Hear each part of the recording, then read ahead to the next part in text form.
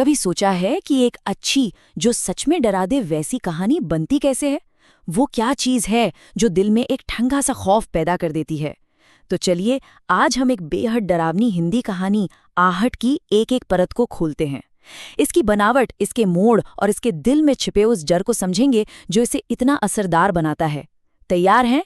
आइए, इस खौफनाक कहानी की गहराई में उतरते हैं। कहानी की शुरुआत होती है एक ऐसे गांव से जहां हवा में भी डर घुला हुआ है। बस सोच कर देखिए, कोई कहे पिछले 2 महीने में ये 5वीं मौत है, अगला कौन होगा? ये सिर्फ एक सवाल नहीं है, ये वो ठंडा खौफ है जो गांव के हर इंसान की रूह में बस चुका है। एक अनजाना साया मंडरा रहा है और किसी को नहीं पता कि वो अपना अगला शिकार किससे बनाने वाला है। कहानी का पहला हिस्सा हमें सीधे उस खौफ के सेंटर में ले जाता है, गांव का कुआं। ये कुआं जो कभी जिंदगी का सोता था, अब मौत का दरवाजा बन चुका है, और गांव वाले बस यही समझने की कोशिश कर रहे हैं कि आखिर ऐसा क्यों हो रहा है। आधी रात का सन्नाटा है। एक नौजवान अपने घर की तरफ बढ़ रहा है और जैसे ही वो कुएं के पास पहुंचता है, एक अजीब अनजाना सा डर उसकी रूह को जकड़ लेता है। ये कोई मामूली बेचैनी नहीं है, ये एक ऐसी फीलिंग है जो चीख चीख कर कह रही है, भागो यहां से।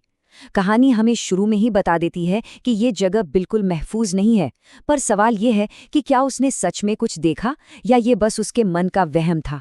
और अब देखिए उस आत्मा के हमला करने का तरीका कितना वहशियाना और तयशुदा है। बिल्कुल एक सेट पैटर्न। पहले पायल की एक खौफनाक छनछनाहट सुनाई देती है जो सन्नाटे को चीर देती है।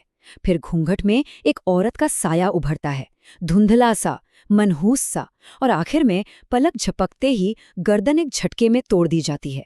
ये एक शिकारी की तरह है जो मारने से पहले अपने शिकार के साथ खेलता है, हर बार एक ही बेरहम तरीके से। जब खौफ हद से गुजर जाता है ना, तो इंसान हर उम्मीद को पकड़ लेना चाहता है। पूरे गांव में दहशत फैली हुई है। वो आत्मा किसी को नहीं बख्श रही, न इंसान को न जानवर को। अपनी बेबसी में गांव वाले इसे सती माता का श्राप मान लेते हैं और उसे शांत करने के लिए कुएं पर एक छोटा सा मंदिर बना देते हैं। ये वो मजबूरी है जो लोगों को किसी भी चीज पर यकीन करने पर मजबूर कर देती है, चाहे वो कितनी भी नामुमकिन क्यों न लगे। लेकिन कहानी यहाँ एक बहुत ही क्रूर मोड़ लेती है। उनकी सारी कोशिशें, उनकी पूजा, उनका वो छोटा सा मंदिर, सब बेकार। हत्याएं नहीं रुकीं। ये एक छोटा सा जुमला है, लेकिन ये दिखाता है कि वो जिस चीज का सामना कर रहे हैं वो उनकी समझ और काबू से बहुत परे है। सोचिए, क्या होता है जब किसी की सारी उम्मीदें एक पल में टूटकर बिखर जाएं। तो यहीं पर कहानी अपना रुख बदलती है। अब सवाल सिर्फ ये नहीं है कि क्या हो रहा है, बल्कि सवाल ये है कि ये कौन कर रहा है और क्यों। और यहीं से ये कहानी एक खौफनाक दास्तान से एक रहस्य में तब्दील हो जाती है। आखिर कौन थी ये आत्मा और वो इन हत्याओं को क्यों अंजाम दे रही थी? अब चलते हैं दूसरे हिस्से की तरफ, जहां हमें इन हत्याओं के पीछे का असली मकसद पता चलता है। ये कोई देवी का श्राप नहीं था, ये एक बहन का इंतकाम था। और यहीं हमें पता चलता है कि सबसे खौफनाक राक्षस हमेशा गैर इंसानी नहीं होते। 3 महीने पहले माया नाम की एक औरत ने उसी कुएं पर एक तांत्रिक अनुष्ठान किया था। उसने खून की बलि और काले जादू के मंत्रों से एक आत्मा को जगाया था, सिर्फ और सिर्फ एक मकसद के लिए, बदला। जी हाँ, ये कोई हादसा नहीं था, ये एक सोची समझी साजिश थी, और इसके वो अंजाम होने वाले थे जिनकी माया ने कभी कल्पना भी नहीं की थी। ये टाइमलाइन पूरी तस्वीर को एकदम साफ कर देती है। देखिए, 4 महीने पहले माया की बहन मंजू के साथ उसके देवरों ने ज्यादती की और उसने कुएं में कूदकर अपनी जान दे दी। 3 महीने पहले दुख और गुस्से में जलती हुई माया ने मंजू की आत्मा को जगाया और फिर एक एक करके गुनहगारों का सफाया हो गया। ये हमें याद दिलाता है कि हर राक्षस के पीछे एक टूटे हुए दिल की कहानी होती है। तो आत्मा के पहले शिकार वो लोग थे जो मंजू की मौत के सीधे तौर पर जिम्मेदार थे। मंगल और राजेश, दोनों देवर, और उनकी माँ। जिस बेरहमी से उन्हें मारा गया, गर्दन तोड़ना, चेहरा नोच लेना, वो इंसाफ नहीं था, वो वहशियाना कत्ल था। ये उस इंतकाम की गहराई को दिखाता है जो माया की रूह में जल रहा था। और यहीं कहानी में एक दर्दनाक, कह सकते हैं आयरॉनिक मोड़ आता है। राजेश, दूसरा भाई, अपने भाई की मौत के बाद कसम खाता है कि वो कातिल को नहीं बख्शेगा, वो इंसाफ चाहता है। लेकिन उसे क्या पता था कि वो जिसे ढूंढ रहा है वो उसे पहले ही ढूंढ चुकी थी। तो गुनहगार मारे जा चुके थे, बदला पूरा हो गया था। लेकिन क्या बदला कभी सच में पूरा होता है? नहीं, वो आत्मा शांत नहीं हुई। ये कहानी का वो अहम मोड़ है जहां इंतकाम काबू से बाहर हो जाता है, और यहीं से कहानी असल में खौफनाक होनी शुरू होती है। क्या होता है जब कोई एक ऐसी ताकत को आजाद कर दे जिसे काबू नहीं किया जा सकता? ये हमें कहानी के तीसरे और सबसे डरावने हिस्से में लाता है। माया ने जो बोया था, अब उसे वही काटना पड़ेगा, क्योंकि बुलाई गई आत्मा अब एक बेलगाम ताकत बन चुकी है जिसकी खून की प्यास बुझने का नाम नहीं ले रही। ये एक क्लासिक मामला है जहां इरादों से कोई फर्क नहीं पड़ता।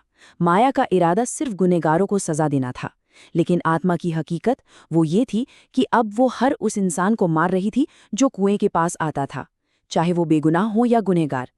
क्या मकसद पूरा करने के लिए कोई भी तरीका अपनाना जायज़ है? इस मामले में जवाब एक जोरदार नहीं है। माया को अपनी गलती का भयानक एहसास उस पल होता है जब वो अपनी आंखों से उस आत्मा को, एक बेगुनाह साइकिल सवार को, बेरहमी से मारते हुए देखती है। वो डर से सुन्न हो जाती है, ये देखते हुए कि कैसे उसकी बहन की आत्मा ने उस आदमी की गर्दन मरोड़ दी, कैसे उसकी आंखों से जिंदगी की चमक बुझ गई। और उसी पल माया अपने बनाए हुए राक्षस का असली चेहरा दिखती है।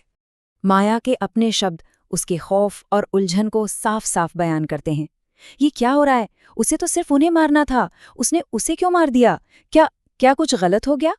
अब वो बदला लेने वाली नहीं रही, वो एक गमगीन बहन है जिसने एक भयानक गलती कर दी है और अब वो उसके अंजाम से पूरी तरह टूट चुकी है। 3 बदला पूरा होने के ठीक 3 महीने बीत चुके हैं। 3 महीने, अंतहीन खौफ के 3 महीने, जिनके दौरान उस आत्मा ने गांव के बेगुनाह लोगों को मारना जारी रखा।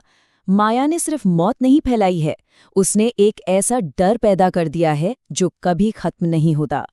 क्या गुनाह की माफी के लिए अब बहुत देर हो चुकी है? अब हम कहानी के उस दर्दनाक अंत की ओर बढ़ते हैं जहां बनाने वाले को अपनी बनाई हुई चीज का सामना करना पड़ता है, इस खौफ को खत्म करने की एक आखिरी हताश कोशिश में। माया की आखिरी कोशिश देखिए। वो एक शांति अनुष्ठान करने के लिए कुएं पर लौटती है, अपनी बहन की आत्मा को शांत करने के लिए कुछ भी करने को तैयार। वो उससे रोकने की भीख मांगती है, उसे याद दिलाती है कि बदला पूरा हो चुका है।